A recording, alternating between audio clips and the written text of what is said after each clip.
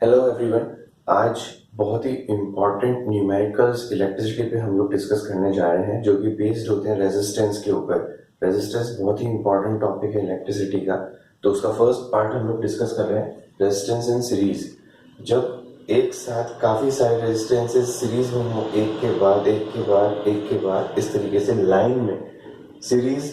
दिवाली में एक लाइट्स आती हैं जिनको कहते हैं सीरीज, जो एक के बाद एक के बाद एक बल्ब होते हैं। सिमिलरली एक के बाद एक के बाद एक के बाद ऐसे लाइन से रेजिस्टर लगे रहेंगे एंड नीचे कुछ इस तरीके से बैटरी कनेक्टेड रहेगी किसी भी सर्किट के अंदर। तो हमारा काम, हमसे जो पूछा जाता है वो पूछा जाता है कि अगर इस सर्किट को छोटा करना हो, ऐसे सिर्फ एक ही रेजिस्टर में कन्वर्ट करना हो तो कैसे करें। तो उसका फॉर्मूला है जो आपको याद रखना है। जो ये रजिस्टर एक अकेला इन सब का मिला के जो एक रजिस्टर होगा ना, उस रजिस्टर का वैल्यू होगा इन सब का एडिशन। बिल्कुल सही। सिंपल सिंपल से सिंपल एग्जांपल मैंने यहाँ पे बनाया है, यानी कि 2, 3, 5 जब इकट्ठे लगते हैं तो इनका एडिशन कितना होगा। 2 + 3 = 5, 3 + 5 ये हो गए 10। तो 10 विल बी द आंसर। बस इतना ही सिंपल है, ठीक। तो ये हो जाता है टोटल रेजिस्टेंस। इसी तरीके से दूसरा पार्ट जो रेजिस्टेंस का आता है वो आता है रेजिस्टेंस इन पैरेलल। पैरेलल मतलब कि सारी चीजें जो हैं एक दूसरे के पैरेलल रहेंगी इस तरीके से, और ये बैटरी फिर वापस से हम कनेक्ट कर देंगे। तो इस केस में थोड़ा सा ध्यान रखें, क्योंकि इस केस में जब हम किसी भी सर्किट को छोटा करते हैं, यानी कि इन तीनों को मिला के जब एक करने की कोशिश करते हैं, तो ये जो फॉर्मूला होता है इसमें ध्यान से देखिए, इसका रेसिप्रोकल, इसका रेसिप्रोकल, इसका रेसिप्रोकल एंड इसका रेसिप्रोकल करके ऐड किया हुआ है। तो ध्यान रखें, पैरेलल के अंदर आपको रिवर्स करके यानी कि रेसिप्रोकल करने के बाद ही ऐड करना है।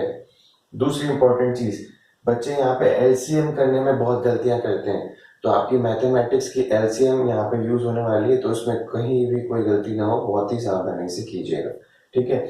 फिर इन दी एंड जब आपका आंसर आ जाता है एलसीएम लेने के बाद, तो ये जो वैल्यू आपके पास आती है यहाँ पे, ये 1/RT होती है। तो इसको रिवर्स करना ना भूलें, क्योंकि हमारे को जो वैल्यू निकालनी है वो है RT। तो आप इसको जरूर इंटरचेंज कर लें एंड में रिवर्स करना बहुत जरूरी। हालांकि मैं एग्जांपल के थ्रू एक्सप्लेन करूंगा, बट अभी इस वीडियो के अंदर अपन सिर्फ सीरीज का ही एग्जांपल डिस्कस करेंगे। इसके अगले वीडियो में पैरेलल देखेंगे, ठीक है। तो सीरीज को कैसे सॉल्व किया जाता है, पहला एग्जांपल मैं ले रहा हूं आपके सामने। मैंने 3 रेजिस्टर लिए एक ही सर्किट के अंदर, एक था 2 वाला, एक 3 और एक 5। उन सबको एक ऐसी मोटी बैटरी के साथ कनेक्ट किया जिसका पोटेंशियल डिफरेंस है 30। पोटेंशियल डिफरेंस है 30।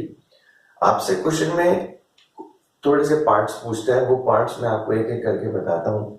पहली चीज वो पूछेगा, बताओ सर्किट का पूरा टोटल रेजिस्टेंस कितना है, जो कि आपको पता है 2 + 3 + 5 यानी कि 10। ये तो बहुत सिंपल हो गया, ये बहुत ही जल्दी आपको आ जाएगा और इसका 1 नंबर आपको मिल भी जाएगा। अगला पार्ट आपसे पूछा जाता है कि कितना करंट इस सर्किट में बनेगा। अब हमने ओम्स लॉ पढ़ा है। ओम्स लॉ ये कहता है कि V = I × R होता है। अब पूरे सर्किट का करंट निकालना है, मैं सबका मिला के, तो सबका मिला के निकालना है तो टोटल रेजिस्टेंस चाहिए होगा। तो हमारे ओम्स लॉ में V = I × RT यानी कि टोटल रेजिस्टेंस लिखा जाता है। V की वैल्यू 30 है, तो मैंने 30 सब्स्टिट्यूट की। I मुझे निकालना है, RT मुझे ऑलरेडी पता है, मैंने फाइंड आउट कर लिया। तो इससे मुझे I की वैल्यू यानी कि करंट की वैल्यू कितनी मिली, 3 एम्पियर। तो मैंने यहाँ ड्रॉ कर दिया कि 3 एम्पियर करंट यहाँ से चल रहा है, तो यहाँ से चल रहा है 3 एम्पियर करंट, यहाँ से चल रहा है 3 एम्पियर करंट, यहाँ पे भी पहुंचा 3 एम्पियर करंट, यानी कि यहाँ से चलते चलते 3 एम्पियर करंट यहाँ आ गया।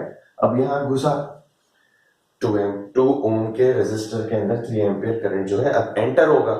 अब आप मुझे बताइए कि जब करंट इसके अंदर एंटर हो रहा है तो I और R दोनों चीजें अवेलेबल हैं। I और R दोनों चीजें अवेलेबल हैं, तो क्या यहाँ पे भी कुछ पोटेंशियल डिफरेंस बनेगा 1 पे। तो मैंने वो पोटेंशियल डिफरेंस यहाँ पे लिखा है R1 पे। जो पोटेंशियल डिफरेंस यानी कि V वाला जो फॉर्मूला था, याद कीजिए पिछले क्लासेस में अपन ने पढ़ा है, V = IR, ओम्स लॉ। तो V = I × R1 यानी कि I is 3 और R1 is 2, तो 3 × 2 is 6, यानी कि 1 के अक्रॉस जो पोटेंशियल डिफरेंस रहेगा वो रहेगा 6, ठीक। सिमिलरली जब ये 3 एम्पीयर करंट यहाँ से निकल के यहाँ पहुंचेगा तो 3 एम्पीयर यहाँ आ जाएगा।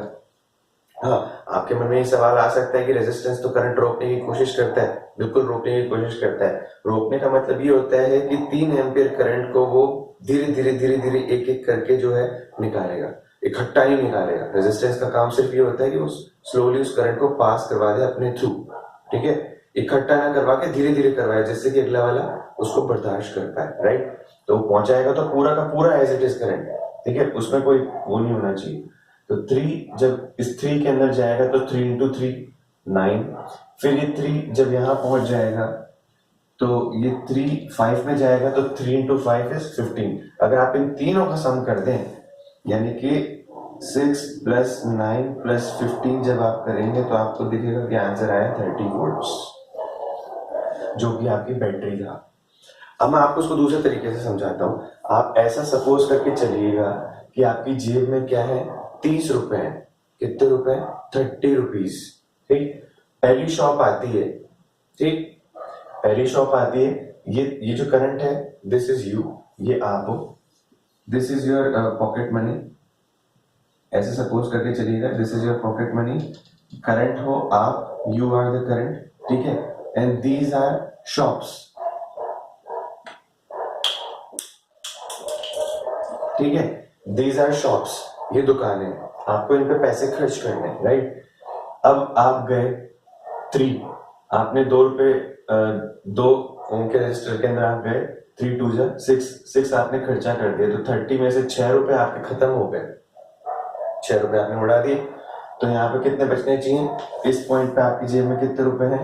24, ठीक। फिर आप आगे बढ़े, इस दुकान पे आपने 9 रुपए खर्च कर दिए, ठीक है, तो 24 में से 9 गया तो कितने बचे आपके पास फिर वापस? अब 15 बचे, ठीक। अब आपने अगली दुकान पे 15 रुपीज फिर से खर्च कर दिए, क्योंकि यहाँ पे 15 आ रहा है, तो यहाँ पे कितने बचे? 0। यानी कि ये वही वाली बात हो गई कि आप जब घर के अंदर एंटर होते हो तो आप ठन ठन गोपाल होते हो, आप मांगते हो, ठीक है, बट जब आप यहाँ से बैटरी से होके जाते हो और आप यहाँ पर पहुंचते हो तो आपके पास पूरे 30 रुपए होते हैं, यहाँ भी पूरे 30 रुपए होते हैं। ये रजिस्टर्स जो होती हैं, इन पे आपका खर्चा होना शुरू होता है। आप इस तरीके से इसको याद रखें, ध्यान रखें, मुझे ओम्स लॉ ही हर जगह लगाना होता है, तो रजिस्टर के अक्रॉस उसका करंट और उसके रेजिस्टेंस को मल्टीप्लाई करके ओम्स लॉ निकाल के उसके यहाँ का पोटेंशियल डिफरेंस यानी कि खर्चा जो आप स्पेंड करने वाले हो वो निकालें, ठीक। टोटल रेजिस्टेंस निकाल लें, टोटल करंट निकाल लें, सबके अंदर करंट कितना जा रहा है वो ध्यान से मॉनिटर करें और आंसर्स बिल्कुल परफेक्टली लिखें, कोई गलती का चांस मत छोड़िए, ठीक है। Thank you.